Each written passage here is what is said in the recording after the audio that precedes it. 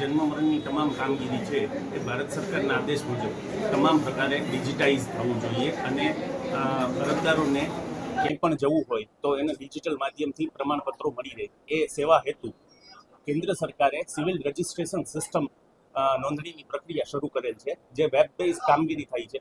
અને આ ગુજરાત સરકારે ઇનિશિયેટિવ સ્વીકારી અને તારીખ 1 સપ્ટેમ્બર 2025થી આ પોર્ટલનો સ્વીકાર કરેલ છે. આ પોર્ટલ નો રાજકોટ મહાનગરપાલિકાએ પણ સ્વીકાર કરેલો છે અને તેમાં કામગીરી શરૂ કરી દીધી છે.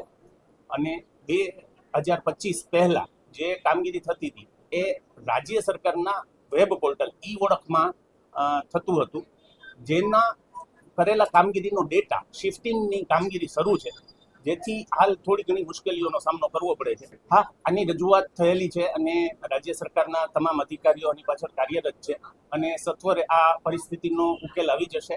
તમામ ડેટાબેઝ છે એ સિવિલ રજિસ્ટ્રેશન સિસ્ટમમાં ટ્રાન્સફર થઈ જશે અને પબ્લિકને અમે એકદમ સત્વરે કામગીરી શરૂ કરી અને પૂર્ણતા કરી દઈશું.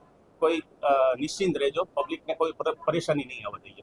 દૂધસાગર રોડ માજેઠી નગરમાંથી આવું છું. 5 થી 6 ધક્કા. અમારે આ છોકરાનું આધાર કાર્ડ કઢાવવું છે તો એમ કે છે કે એના પપ્પાના પાછળ ભાઈ લખ્યું છે, ભાઈ કઢાઈ આવો, ખાલી આ રીત રાખો. તો અમે ધક્કા ખાઈ જો આધાર કાર્ડ વાળા એમ કે છે કે કઢાઈ આવો અને આ એમ કે છે કે તમે છાપામાં આવે ત્યારે આવજો.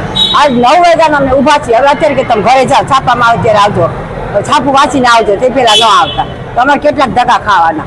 ઘણા લોકો હેરાન થાય છે. એક જગ્યાએ ને મહાનગરપાલિકામાં જાય તો આધાર કાર્ડ કઢાવવા જાય, અમને એ નજીક પડે તો અહીંયા એમને વરકા ભરે જેમ તેમ જવાબ દે, પાછા આવી એક અક્ષર હાથે અમને ધક્કા ખવડાવે છે. એક અક્ષર હાથે ન થતી આ થઈ કહેવાય, અમને આટલા ધક્કા ખવડાવી ન થઈ કહેવાય. સાહેબ અમે એમ માંગ કરી છે કે અમને પ્રેમથી જવાબ આપે, અમારે પ્રેમથી એક ભલે ધક્કો 2 થાય એથી વધીને કેમ અમારે ધક્કા ખાવા. ઘરે કામકાજ વાળા ના હોય, બચ્ચા નાના લઈ જઈને આવી છે. 6 વર્ષનો છોકરો અત્યારે હાથમાં સુઈ ગયો છે. બોલો અમારે જાવું અત્યારે અમને તકલીફ પડે. છોકરો સુઈ ગયો, રિક્ષા મળી ના મળી, 60 રૂપિયા રિક્ષા ભાડા દઈએ છીએ. 5-6 વખત જઈએ તો અમે કેટલા ભાડા દઈએ.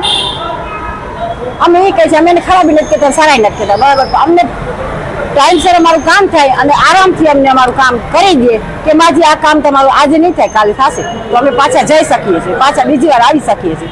અમે એને કાંઈ બીજું કહેવાનું, અમે એનો આભાર માની કે અમારું કામ આ સરળતાથી અમારું કામ કરી દઈએ બસ.